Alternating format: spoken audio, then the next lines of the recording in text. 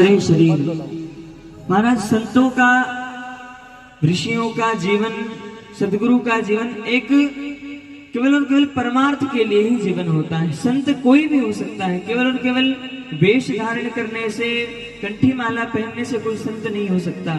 संत का तो गुण, एक गुण का नाम है, गुण की उपाधि है संत महाराज, सदगुरु। श्री नारद जी महाराज के जीवन में आया सदगुरु एक। श्री नारद जी महाराज ने एक बार संतों का, सदगुरु का अपमान कर दिया, अपराध कर दिया। किस प्रकार?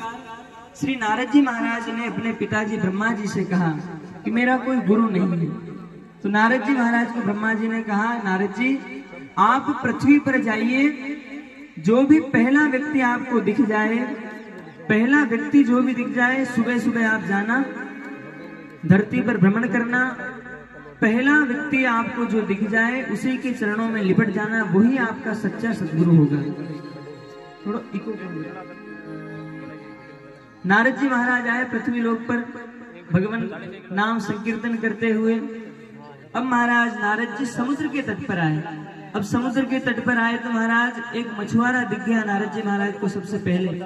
उस मछुआरे के चरणों में जाकर नारद जी महाराज गिर गए। गुरु जी प्रणाम, दंडवत प्रणाम करते हुए नारद जी महाराज साष्टांग प्रणाम करने लगे। तब वो मछुआरा कहता है, अरे महात्मा तुम कौन हो और मुझे प्रणाम क्यों करते हो? तो नारद जी महाराज कहते हैं, नहीं मैं तो आपको सदगुरु मानता हूँ और आप ही मेरे सदगुरु हैं, आप संत हैं, इसलिए मैं आपको प्रणाम करता हूँ। नारद जी महाराज मछुआरे को कह रहे हैं। मछुआरा बोल रहा है कि मैं कोई संत नहीं हूँ, मैं तो मछली निकालने वाला, मछली समुद्र में से निकाल के बेचने वाला एक मछुआरा हूँ, तुम मुझे प्रणाम क्यों करते हो? तब नारद जी महाराज कहते हैं, नहीं मुझे मेरे पिताश्री का आदेश है कि जो भी व्यक्ति तुम्हें पृथ्वी लोक पर पहले दिख जाए, पहला व्यक्ति जो दिख जाए उसे तुम सदगुरु मानना, और मैं अब सच्ची निष्ठा से आपकी सेवा करना चाहता हूँ और मैं आपको सदगुरु बनाना चाहता हूँ। तो मछुआरे ने कहा चलो भैया ठीक है। अब नारद जी महाराज बोले, अब गुरु तो बना लिया, गुरु मंत्र दो। तो महाराज मछुआरा क्या मंत्र देगा?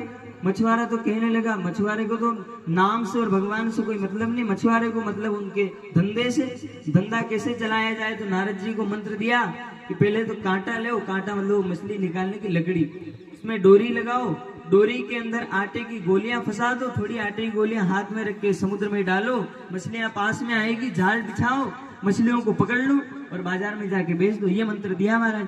अब महाराज नारद जी महाराज अच्छे गुरु मिले, वाह पिताजी को धन्यवाद करते हैं, ऐसा गुरु मिल जाए तो फिर कल्याण है महाराज। अब नारद जी महाराज मंत्र लेके चले ब्रह्मा जी के पास, ब्रह्मा जी को सारा हाल सुना दिया। तो नारद जी महाराज बोले, पिताजी आपने कैसा गुरु समझाया, ऐसा गुरु जो मछली निकालने की विद्या देता है? ब्रह्मा जी कहते हैं, नहीं नारद जी आप एक सदगुरु का अपमान कर रहे हो, आप पुनः जाइए उसकी शरण में और उससे अपने मुक्ति का उपाय करिए। आपने एक सदगुरु का अपमान किया है, इसलिए आपको 84 लाख योनियों में भ्रमण करना पड़ेगा, और 84 लाख योनियों के भ्रमण से आपको केवल और केवल वह आपका गुरु, वह मछुआरा ही बचा सकता है। तब नारद जी महाराज पुनः आए, अपराध हो गया गुरु का, 84 लाख योनियों में पुनः भ्रमण करने का श्राप मिल गया। तब नारद जी महाराज मछुआरे के चरण पकड़ते हैं। तब मछुआरा कहता है, ठीक है नारद जी महाराज आप अभी जाइए, आप 9 वर्ष बाद आना।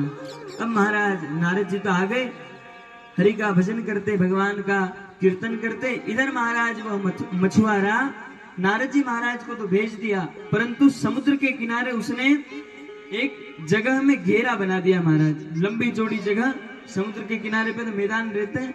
अब लंबी चौड़ी जगह में महाराज 84 लाख योनियों के चित्र बनाए। 9 वर्ष तक बिना कुछ खाए पिए, बिना कुछ ग्रहण किए, जल भी ग्रहण नहीं किया, 84 लाख योनियों के चित्र बनाए महाराज। 9 वर्ष बाद नारद जी आए। नारद जी ने कहा, अब मेरी मुक्ति का कोई उपाय हो। तब उस मछुआरे ने कहा, मैंने 84 लाख योनियों के चित्र समुद्र के तट पर मैदान में बनाए हैं। तो नारद जी महाराज कहते हैं, उसका मैं क्या करूं? तो बोले कि उस 84 लाख योनियों के जो चित्र हैं उनके ऊपर आप एक बार भ्रमण कर लो। अब नारद जी महाराज बोले, फिर ये सदगुरु क्या कर रहा है? परंतु नारद जी को बात याद आई एक बार अपमान किया महाराज, 84 लाख योनियों में भ्रमण करने का श्राप मिल गया। अब अपमान करूंगा तो फिर न जाने कौन सा श्राप मिलेगा। नारद जी महाराज बोले ठीक है मैं भ्रमण कर लेता हूँ। महाराज 84 लाख योनियों के चित्र के ऊपर नारद जी महाराज फिर गए। अंत में वापस उस मछुआरे के पास आए। मछुआरे ने कह दिया जाओ नारद, मैंने तुम्हें 84 लाख के चक्कर से मुक्त कर दिया। महाराज ऐसा सदगुरु होता है। मछुआरा, एक मछुआरा सदगुरु बना, उसने भी महाराज 84 के चक्कर से बाहर निकाल दिया। संतों की कृपा महाराज ऐसी होती है, संत अंदर से हुआ जाता है। महाराज आपसे भी यही प्रार्थना महाराज, अंदर से आप सभी भगवत भाव को रखिए और भगवत भजन को बढ़ाइए। केवल और केवल अंदर से आप संत हो जाइए महाराज, बाहर से आपको होने की जरूरत ही नहीं। इसलिए आप सभी से यही प्रार्थना, भगवान का भजन करिए। एक सच्चा सदगुरु कभी न कभी आपको प्राप्त हो जाएगा महाराज।